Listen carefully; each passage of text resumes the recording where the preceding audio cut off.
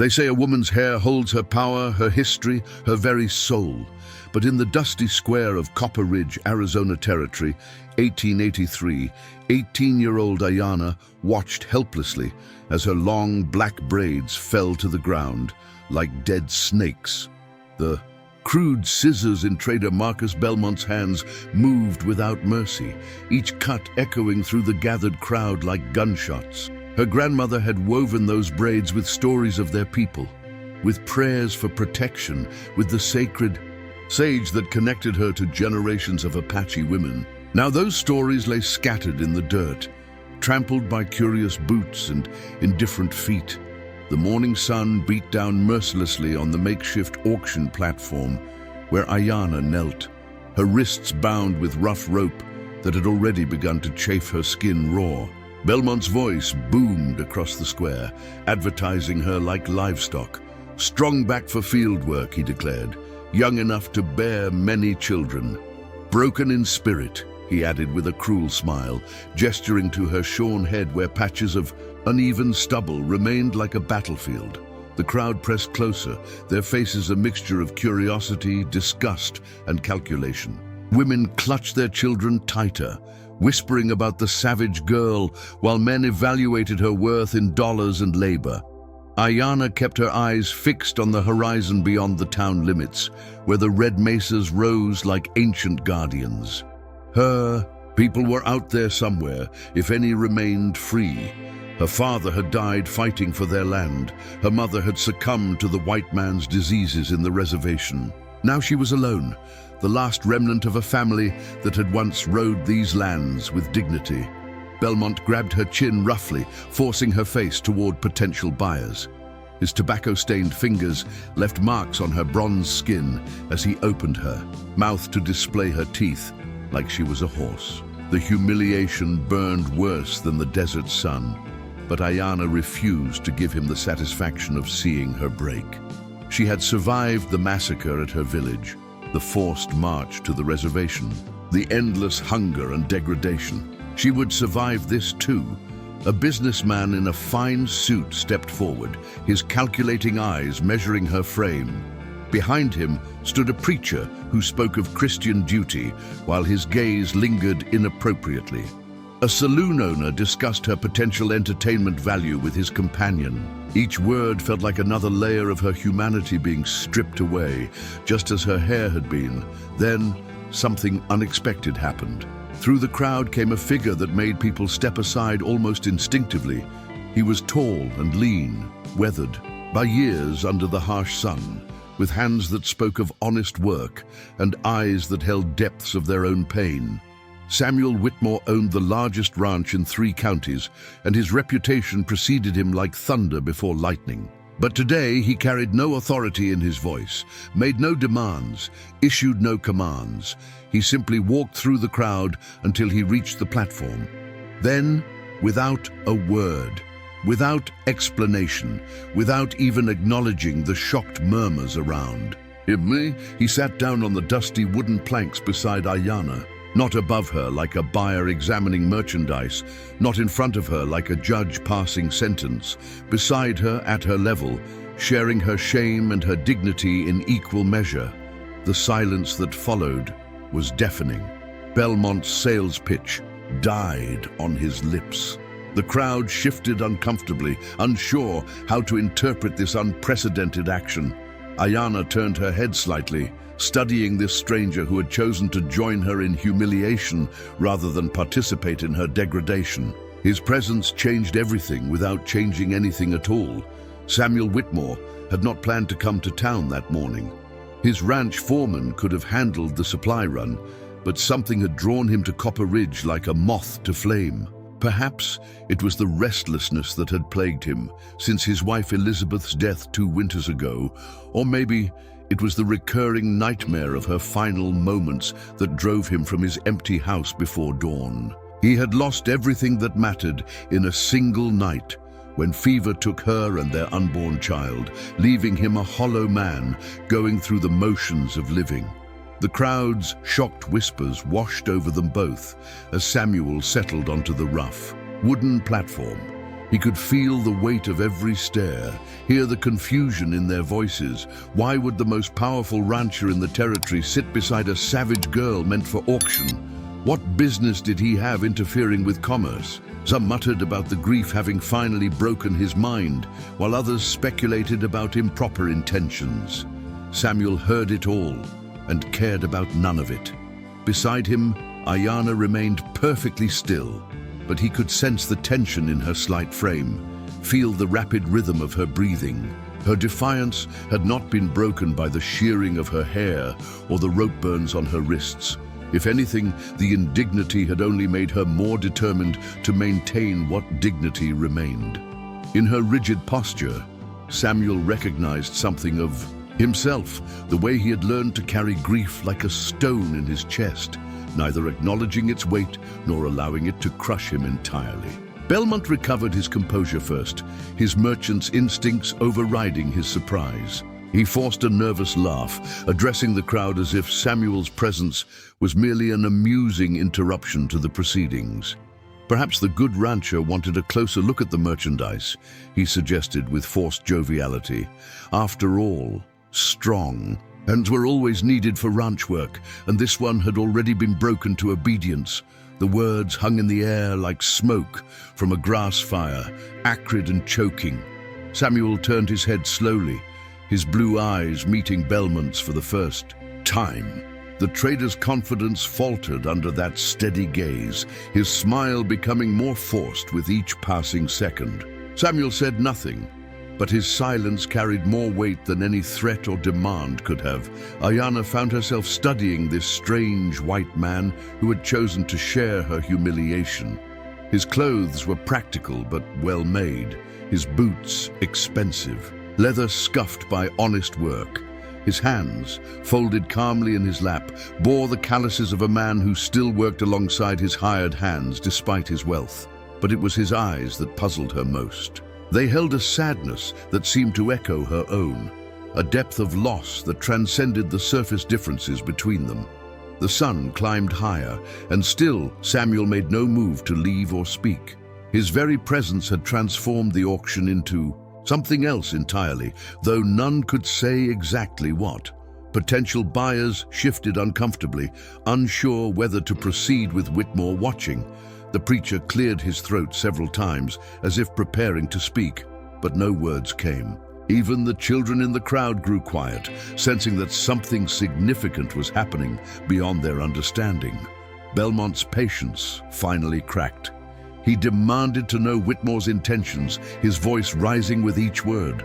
Was he bidding or not? Did he mean to buy the girl or simply disrupt legitimate business?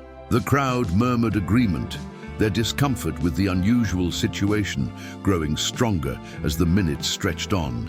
Samuel looked up at Belmont with the same measured calm he might use to study a threatening storm on the horizon. When he finally spoke, his voice carried clearly across the square despite its quiet tone. He was not disrupting anything, he said. He was simply sitting in a public place, as was his right. If others found his presence disturbing, perhaps they should examine why that might be so. The challenge in his words was unmistakable, delivered with the confidence of a man who had never backed down from anything in his life. Belmont's face reddened, but he found himself unable to respond. Other men in the crowd shuffled their feet, suddenly uncomfortable with their own participation in the proceedings. The auction had become something else entirely, though none could yet name what that something was. The standoff stretched into the morning heat as the sun reached its merciless peak above Copper Ridge. Sweat beaded on faces throughout the crowd, but neither Samuel nor Ayanna moved from their positions on the platform. What had begun as a simple human auction had transformed into something none of the witnesses could fully comprehend. The very air seemed charged with possibility and danger, like the moments before a desert thunderstorm breaks.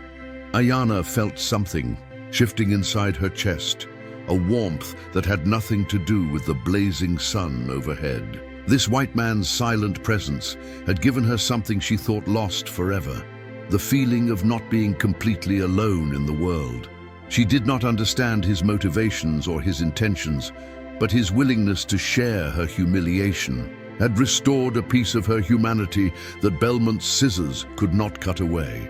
For the first time since her capture, she allowed herself to lift her chin slightly, to look directly at the faces in the crowd rather than staring past them toward the distant maces. Samuel noticed the subtle change in her posture and felt an unexpected surge of admiration. Despite everything that had been done to her, despite the rope burns and the shorn hair and the degrading circumstances, this young woman possessed a strength that reminded him of Elizabeth's quiet courage during her final battle with fever. His late wife had faced death with the same unflinching dignity this Apache girl now displayed in the face of a different kind of ending. Belmont's frustration finally boiled over into action. He jumped onto the platform, his heavy boots making the wooden planks shake beneath them. If Whitmore would not state his business, then the auction would proceed around him. He grabbed Ayana's arm roughly, hauling her to her feet to better display her to potential buyers. The sudden movement caused her to stumble, the ropes around her ankles making it difficult to maintain balance. Without thinking, Samuel reached out to steady her, his calloused hand gentle on her elbow. The contact lasted only seconds, but it sent a ripple of shock through the assembled crowd. A white man of Samuel's, standing, simply did not touch Indian captives with anything resembling kindness or concern. The gesture violated every unspoken rule of the social order that governed their world. The businessman in the fine suit stepped forward eagerly, interpreting the moment as his opportunity to make his bid. He offered $50 for the girl, emphasizing her youth and apparent health. The saloon owner quickly countered with $60, citing his need for additional entertainment at his establishment. Their casual discussion of her value as property sparked something fierce in Samuel's chest, a protective anger he had not felt since the night he helplessly watched fever claim his family. Ayana understood enough English to follow the bidding, each number driving home the reality of her situation with brutal clarity. She was merchandise to be bought and sold, her future determined by whoever offered the highest price. The knowledge should have crushed her spirit completely, but somehow the presence of the silent rancher beside her made even this bearable. He had given her the gift of shared dignity, and she would not waste it by breaking now. The preacher joined the bidding at $75, speaking earnestly about his mission to bring Christian salvation to the heathen races. His words dripped with false piety as he outlined his plans to save her soul through proper labor and religious instruction. Samuel's jaw tightened as he listened, recognizing the familiar sound of cruelty disguised as virtue. As the bids climbed higher, something unexpected began happening in the crowd. Women who had initially watched with curiosity now turned away in obvious discomfort. Men who had seemed eager participants began stepping backward, creating distance between themselves and the proceedings. Children asked their parents uncomfortable questions that received sharp rebukes to stay quiet. Samuel's simple act of sitting beside Ayana had somehow held up a mirror to their consciences, and many did not like what they saw reflected there. Belmont sensed the changing mood and pressed harder for closure, his voice taking on a desperate edge as he tried to maintain control of the situation. He called for final bids, his eyes darting nervously between the remaining buyers and the imposing figure of Samuel Whitmore, who continued to sit in judgment of them all without speaking a single word. The rancher's silence had become more powerful than any speech could have been, transforming a routine transaction into a moral reckoning that none had expected to face. The bidding reached $100 when Samuel Whitmore finally stood up. The simple movement sent a wave of anticipation through the crowd, everyone expecting him to either make his own bid or finally explain his mysterious behavior. Instead, he reached into his coat pocket and withdrew a leather pouch heavy with coins. Without ceremony, without negotiation, he poured the contents into his palm and counted out exactly $150. The silver coins caught the sunlight as he placed them carefully on the platform beside where Ayana still stood. Belmont's eyes widened with greedy satisfaction, assuming the wealthy rancher had finally entered the bidding. But Samuel's next. Words shattered that assumption completely. He was not buying anything, he announced in a voice that carried clearly across the now silent square. He was paying a debt. The money was compensation for the years of Apache labor that had helped build the prosperity of Copper Ridge, for the land taken without fair exchange, for the dignity stripped away in broad daylight while good people stood watching. The crowd erupted in confused murmurs and angry shouts.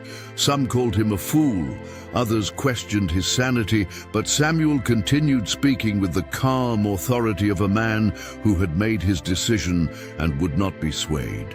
He explained that Ayana would come to work at his ranch as a free employee, earning fair wages for honest labor. She would have her own quarters, her own choices, and the respect due any human being who worked hard for their living. Ayana stared at him in complete shock, her mind struggling to process what she was hearing. Freedom was not something she had dared hope for since her capture. The concept seemed as foreign now as the English words he used to describe it. But as Samuel knelt to cut the ropes binding her wrists and ankles with his sharp knife, reality began to sink in. His hands were gentle as he freed her, careful not to worsen the rope burns that marked her skin. Belmont sputtered protests about legal ownership and proper procedures, but his objections crumbled when Samuel pointed out that he had paid above the highest bid. The transaction was complete, regardless of the unusual terms that followed. The businessman and saloon owner retreated in disappointment, while the preacher muttered darkly about interfering with God's plan for the savage races. But something remarkable was happening among the ordinary townspeople. Mrs. Henderson, who ran the general store, stepped forward hesitantly and offered Ayana a simple cotton dress to replace her torn clothing. Young Tom Miller, barely 16 and working as a stable hand, brought a cup of cool water from the nearby trough. Other small gestures followed. A woman's shawl to cover her shorn head, a piece of bread from someone's lunch, words of quiet apology, spoken in voices barely above whispers. Samuel watched these developments with growing satisfaction, realizing that his silent protest had accomplished something he never could have achieved through speeches or arguments. By forcing people to confront their own complicity in dehumanizing another person, he had awakened consciences that had been sleeping under layers of prejudice and social conditioning. Change would not come overnight, but seeds had been planted in ground that had seemed completely barren just hours before. As they prepared to leave town, Ayana spoke her first words since the ordeal began. In halting English learned during her time on the reservation, she asked Samuel why he had helped her. What did he hope to gain from his actions? Her question was tinged with the wariness of someone who had learned that white men's kindness often came with hidden prices attached. Samuel considered his answer carefully as he helped her into his wagon. He told her about Elizabeth and the child they had lost, about the emptiness that had consumed him since their deaths. He explained that sitting beside her on that platform had reminded him of something he thought he had forgotten, that human dignity was not something that could be bought or sold, taken or given. It simply was, as constant as the mountains on the horizon, as enduring as the desert itself. The journey to his ranch would take most of the day, giving them time to plan for the challenges ahead. Ayana would need time to heal, to learn new skills, To decide what kind of future she wanted to build for herself, Samuel would need to face the social consequences of his actions, the whispered rumors and lost business relationships that would surely follow. But neither felt afraid of what lay ahead. As their wagon rolled out of Copper Ridge, trailing dust clouds in the desert heat, other changes were already beginning. Mrs. Henderson found herself questioning the treatment of the reservation Indians who occasionally came to trade at her store.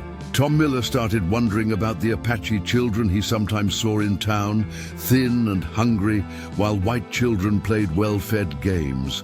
The seeds of conscience once planted had a way of growing in unexpected directions.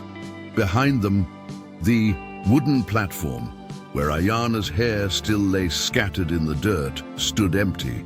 But the memory of what had happened there would linger long after the physical evidence disappeared. Sometimes revolution began not with guns or proclamations, but with a single person choosing to sit down beside another in their darkest moment.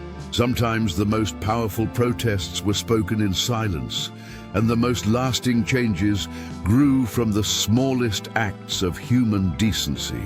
In the months that followed, Ayana would learn to read and write, to manage the ranch's accounts, to negotiate with suppliers who initially refused to deal with an Apache woman. Samuel would discover that healing his own broken heart meant opening it to new forms of love and family. Together, they would prove that dignity, once recognized and respected, could transform not just individual lives, but entire communities willing to confront their own capacity for both cruelty and kindness. If this story moved you, please like this video and subscribe to our channel for more powerful tales of courage, dignity, and human connection. Share this story with someone who needs to be reminded of their own worth today. What moment in this story impacted you most?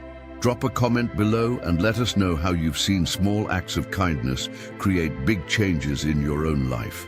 Hit that notification bell so you never miss our weekly stories that celebrate the triumph of the human spirit. Your engagement helps us bring these important stories to more people who need to hear them.